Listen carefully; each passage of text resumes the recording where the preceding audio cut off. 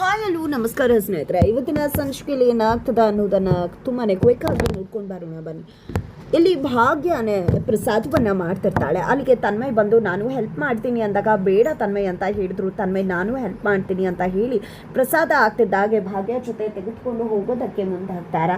ತಗೊಂಡು ಹೋಗಬೇಕಾದ್ರೆ ಹಾಗೆ ಕೈ ಸುಟ್ಟು ಹೋಗ್ತಿರತ್ತೆ. ಇನ್ನೇನು ಬೀಳ್ಸೇ ಬಿಡ್ತಾರೆ. ಅಷ್ಟರಲ್ಲಿ ಆದಿ ಬಂದು ಇಟ್ಕೋತಾರೆ. ಈ ಕಡೆ ಮೀನಾಕ್ಷಿ ಅವರು ನೋಡಿದ್ಯಾ ನೀನು ಮಾಡಿರೋ ಎಡ್ವಟ್ಟಿಂದ ಪ್ರಸಾದನೇ ಚೆಲ್ಲ ಹೋಗ್ತಿತ್ತು ಅಂತ ಹೇಳಿ ಆದಿ ಮೇಲೆ ರೇಗ್ತಾರೆ. ನಂತರ ಭಾಗ್ಯ ಆದಿ ಇಬ್ಬರು ಕೂಡ ಕೂತು ಪೂಜೆ ಎಲ್ಲ ಮುಗಿದ ಮೇಲೆ ಗುರುಗಳ ಆಶೀರ್ವಾದ ತಗೊಂಡಾಗ ಅವರು ನಿಮಗೆ ಸಂತಾನ ಪ್ರಾಪ್ತಿರಸ್ತು ಅಂತ ಹೇಳಿ ಆಶೀರ್ವಾದ ಮಾಡಿದಾಗ ಇಲ್ಲಿ ಅಕ್ಷುತ್ ಅವರು ಆಲ್ರೆಡಿ ಅವ್ರಿಗೆ ರೆಡಿಮೇಡ್ ಫ್ಯಾಮಿಲಿನೇ ಸಿಕ್ಕಿದೆ, ಅವರೇ ಮಕ್ಕಳು ಆಗಿರ್ತಾರೆ ಅಲ್ವಾ ಆದಿ ಅಂತ ಹೇಳಿ ತಿಳಿಸಿದಾಗ ಇಲ್ಲಿ ಆದಿ ಹೌದು ಕರೆಕ್ಟಾಗಿ ಹೇಳಿದೆ ಅಕ್ಷುತ, ಭಾಗ್ಯ ಮತ್ತು ಅವರ ಮಕ್ಕಳೇ ನನ್ನ ಮಕ್ಕಳು ಅಂತ ಹೇಳಿ ಹೇಳಿದ ತಕ್ಷಣ ಇಲ್ಲಿ ಎಲ್ರಿಗೂ ಕೂಡ ಶಾಕ್ ಆಗುತ್ತೆ. ಇಷ್ಟು ದಿನ ಕನಿಕಾಗೆ ಮಾಡಿದಂಥ ಆಸ್ತಿಯನ್ನು ಕನಿಕಾಗೆ ಬರ್ಕೊಟ್ಟೆ, ಇನ್ನು ಮುಂದೆ ಏನೇ ಅರ್ನಿಂಗ್ಸ್ ತೆಗೆದ್ರು ಕೂಡ ಅದು ನನ್ನ ಇಬ್ಬರು ಮಕ್ಕಳಿಗೆ ಸೇರಿದ್ದು, ನಾಳೆನೇ ಲಾಯರ್ ಕರೆದು ಡಾಕ್ಯುಮೆಂಟ್ ರೆಡಿ ಮಾಡ್ತೀನಿ ಅಂತ ಕೂಡ ತಿಳಿಸ್ತಾರೆ. ತದನಂತರ ಇದರಿಂದಾಗಿ ಮೀನಾಕ್ಷಿ ಕನಿಕಾ ಎಲ್ಲರೂ ಕೂಡ ಶಾಕ್ ಆಗ್ತಾರೆ.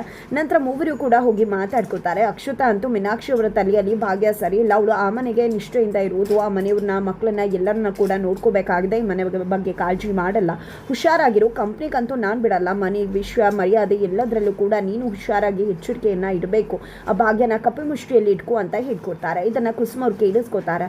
ನಂತರ ಆದಿ ಮತ್ತು ಭಾಗ್ಯ ಹತ್ರ ಹೋಗಿದೆ, ಇನ್ನು ಮುಂದೆ ನೀವು ತನ್ಮಯ್ ಬಗ್ಗೆ ತಲೆ ಕೆಡಿಸ್ಕೋಬೇಡಿ, ಆ ಮನೆಗೂ ನಿಮಗೂ ಸಂಬಂಧ ಇಲ್ಲ, ಭಾಗ್ಯ ಇನ್ನೇನಿದ್ರು ನೀನು ಈ ಕುಟುಂಬಕ್ಕೆ ಸೇರ್ತವಳು, ಸೂರ್ಯವಂಶಿ ಕುಟುಂಬ ನಿಂದಲ್ಲ ಅಂತ ತಿಳಿಸ್ತಾರೆ.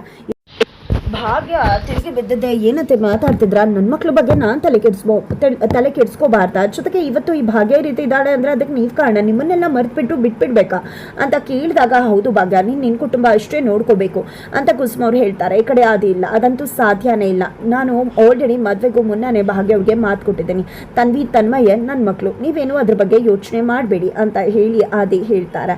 ಇದರಿಂದಾಗಿ ಇಲ್ಲಿ ಮೀನಾಕ್ಷಿ ಕನ್ನಿಕಾ ಹಾಗೆ ಅಕ್ಷುತ ಮೂವರು ಕೂಡ ತಲೆ ಕೆಡಿಸ್ಕೊಂಡಿದ್ದಾರೆ. ಆದಿ ಕೈ ತುಪ್ಪಿ ಹೋಗ್ತಿದ್ದಾನೆ. ಭಾಗ್ಯ ದರ್ಬಾರ್ ಇಲ್ಲಿ ಶುರು ಆದರೆ ಖಂಡಿತ ಎಲ್ಲದಕ್ಕೂ ಕೂಡ ಫುಲ್ ಸ್ಟಾಪ್ ಬೀಳುತ್ತೆ, ಖಂಡಿತ ನಮ್ಮದು ಯಾವುದೇ ರೀತಿಯ ದರ್ಬಾರ್ ನಡೆಯುವುದಿಲ್ಲ ಅಂತ. ಜೊತೆಗೆ ಇಲ್ಲಿ ಮೀನಾಕ್ಷಿ ಅಥವಾ ಆದಿ ಇಬ್ಬರಲ್ಲಿ ಒಬ್ಬರು ಖಂಡಿತ ವಿಲ್ಲನ್ ಆಗಿದ್ದಾರೆ.